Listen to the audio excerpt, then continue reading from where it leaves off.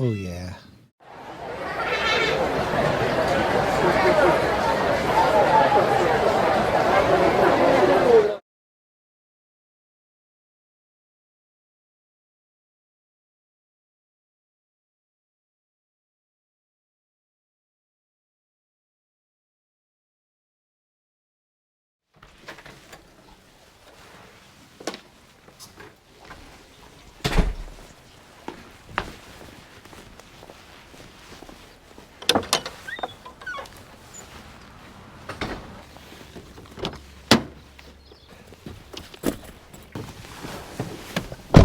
All right.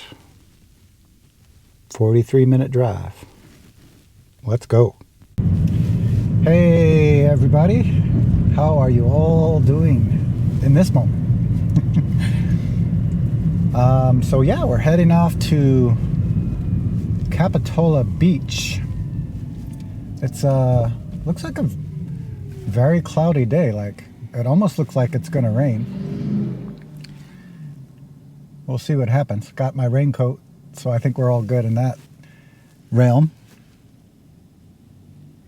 Any announcements? Let's see. One for sure. Some of you know my teacher, Zen Master Koan, is coming to visit us this Sunday. He's been in Kansas for a little while. He's been in the United States for a long time, since a pandemic actually. Couldn't go back to Singapore, which he was living before. So he's visiting us on Sunday.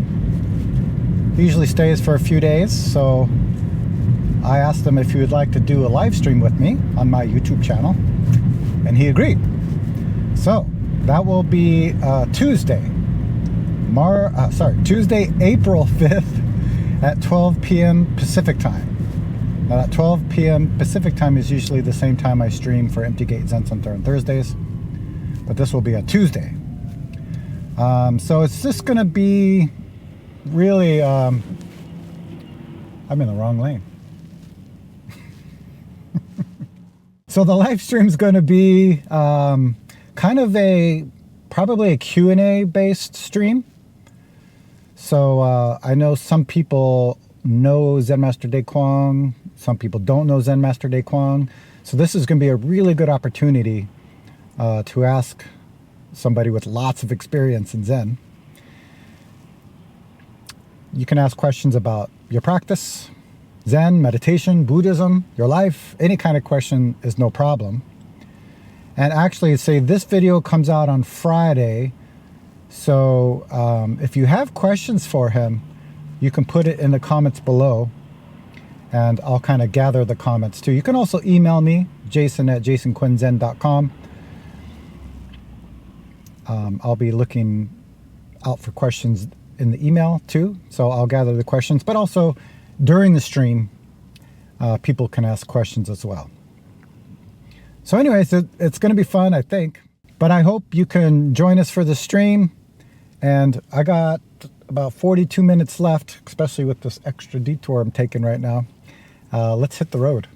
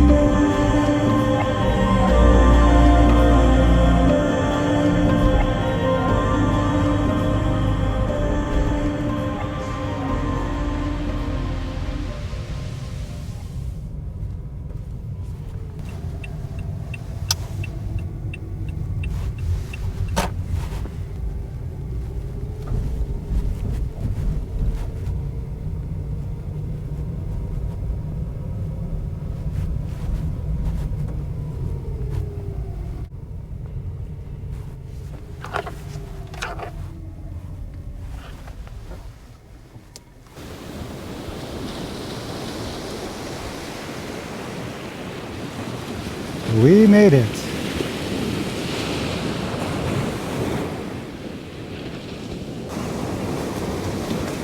Hey friend.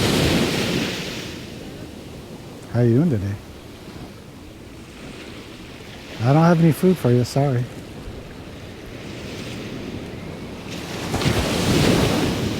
Very cloudy day here in Capitola, California.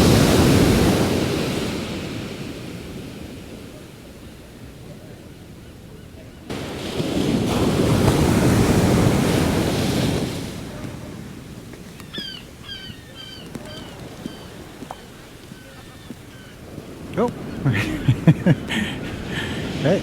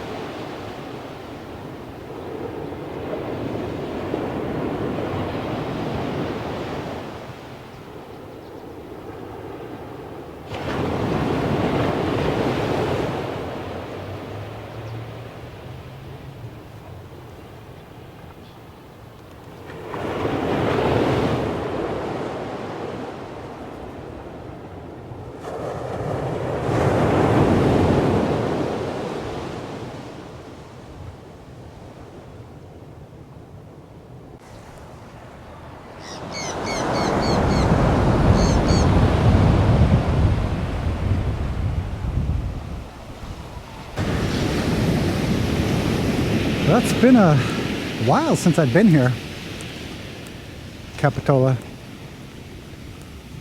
I remember the first time I went here, I was 17 or 18. I came here with my high school sweetheart.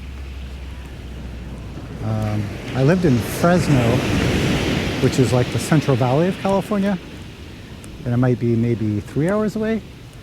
And I remember going here for the day, fell in love with the place, and we were having so much fun we didn't want to go. So I called my parents to see if we could stay the night.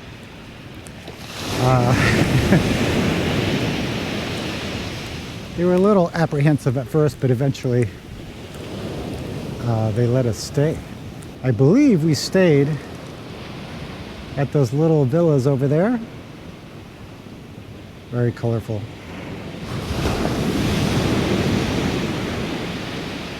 I think back then it was very inexpensive to stay. I hate to see what it would cost now to stay here, but that was the first time I was here. I remember my mom, my parents liked to come here, but my mom especially. She came here to kind of take a break sometimes, and she would come here once a year with her partner, I believe, for their kind of annual vacation. And I remember the last time I came here was with Kendra.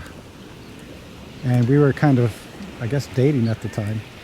And our good friends, some of you know, Tam and George, were with us. We took a little tour around Capitola. We didn't stay. I think we had dinner here. Checked out some things. So I'm going to give you a little tour of the town and see what you think.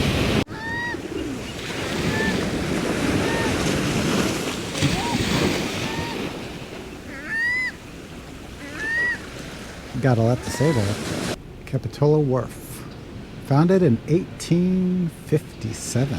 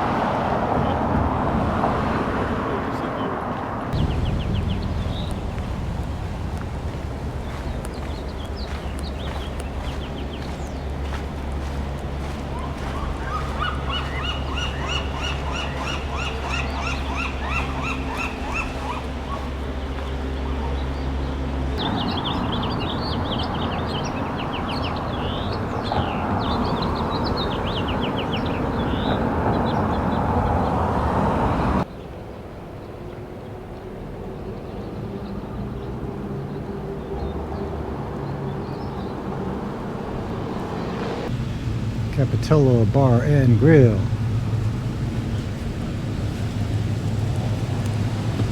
So here's the little town, I guess you would call it.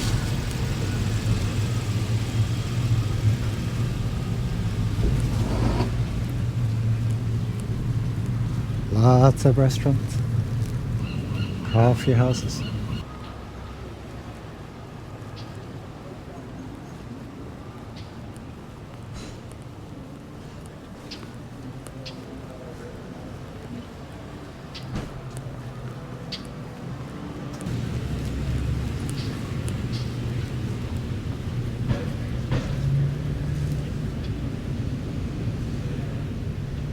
What is the stone Buddha saying? Capitola Avenue.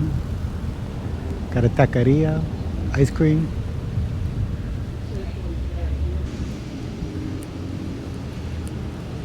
A lot of shops for people. It's pretty quiet today, actually. I think one of it has to do with the weather, but also it's a Wednesday. I believe on the weekend, this place is pretty crowded.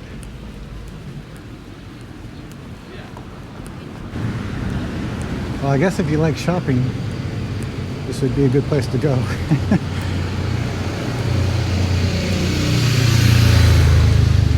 Or if you like the beach. A little different energy here. Looks like it's becoming more busy. When I first came here, there were a lot of parking spots.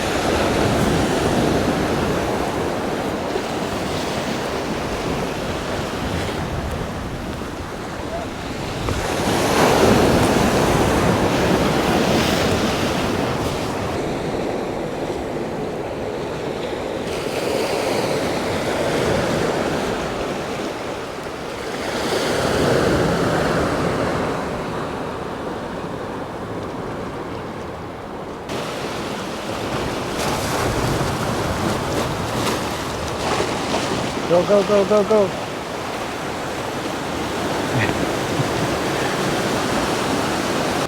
The waves of the mind are definitely much bigger than those. Dangerous cliffs. Proceed at your own risk.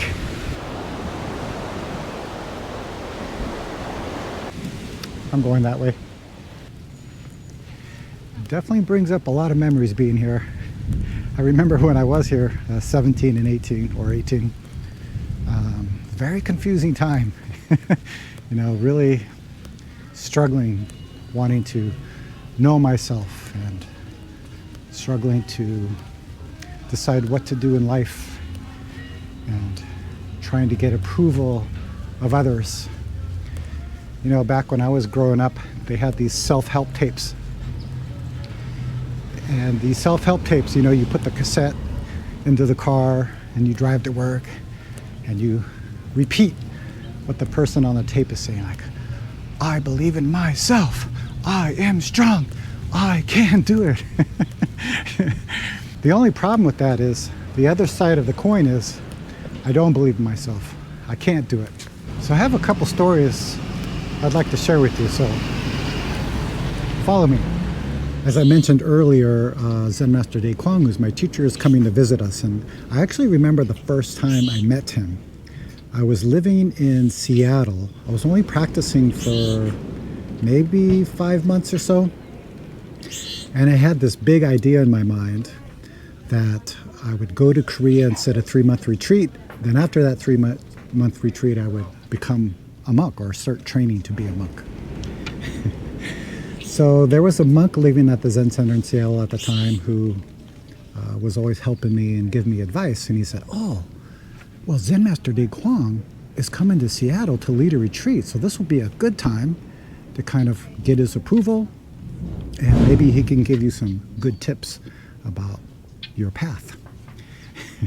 So I was very nervous to meet Zen Master De Kwang. I don't know why. I think at the time I had some big idea about a Zen master. And I wasn't sure how I should greet him or how I should talk to him, all of these kinds of things. So I remember when Zen Master De Kwang came to Seattle, somebody picked him up at the airport. And when he came inside the Zen Center, I did a very deep bow, was trying to be formal, and he said, hey, nice to meet you.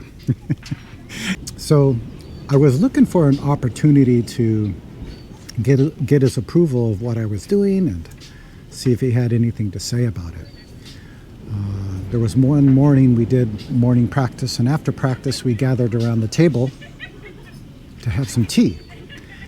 And this was before breakfast. We hadn't had breakfast yet. So there was a few, maybe a couple students around. There wasn't too many at the table, so I figured, wow, this would be a good time to ask him, get his approval about what I'm doing. So I finally had my chance. So I said, oh, sir, I'm going to go to Korea and sit a 3-month retreat. And after the 3-month retreat, I'm going to go start training as a monk. And he looked at me and said, that's nice. So, what's for breakfast? And I remember being very kind of surprised. Like, I'm trying to say something very important. And he turned to somebody and asked, what's for breakfast? He's like, oh, my friend. And then I realized I was very disappointed. I was expecting something out of him. Thank you so much. But more importantly, I think I was trying to get his approval. Someone to say, yes, what you're doing is correct. You must do this. Someone who can believe in me and make sure I'm doing the right thing. And I realized that his approval or even his advice wasn't necessary at that time. What was really important was, do I believe this? And when I say, do I believe this, I'm not talking about I, like I was mentioning earlier, I can do this, I am strong. But it's more like this intuition, trusting myself, believing in my true self. So there's a difference between believing in our I and believing in our true self. So it was a really good teaching, and he gave me many kinds of teaching like this over the years. So I started to rely on my intuition, even though sometimes things didn't make sense up here. Because actually in life, really nothing makes sense. I mean, look at this world, it's completely crazy. And even if it does make sense, soon it will pass and it won't make any sense. So we have to trust something else. And that something else is our true self. Many people have been asking me of how can they help this world? You know, there's so much war going on and violence and discriminations. And it's very sad to see what's happening. And it's interesting because when someone asks me this, I don't know what they should do. I have no idea. And I think this all ties in together, is if we truly want to do something or truly want to help this world, we have to trust ourselves. Nobody can give us the answer. No teacher can give us the answer. No Zen master can give us the answer. No book can give us the answer. No video can give you the answer. The answer is already inside of us. So once we trust ourselves, then everything becomes very clear. So we talk about two very important points in Zen practice. First is the clear mind, but also is the direction. What is a human being's direction? If we can rely on this true self, yeah, we may be inspired by teachers or inspired by books or some videos and things like this. And hopefully, yeah, that will inspire us to look inside, to really connect. Not to connect, it's not even the right word, but to realize this true self and believing in it, but not up here, in your gut. What is this life? What is the most important thing? What is happening right now in this moment, and how can I help? So those are my thoughts for the day. I really hope you enjoyed the scenery. I'm gonna grab a bite to eat and head on back home. I'll see you soon.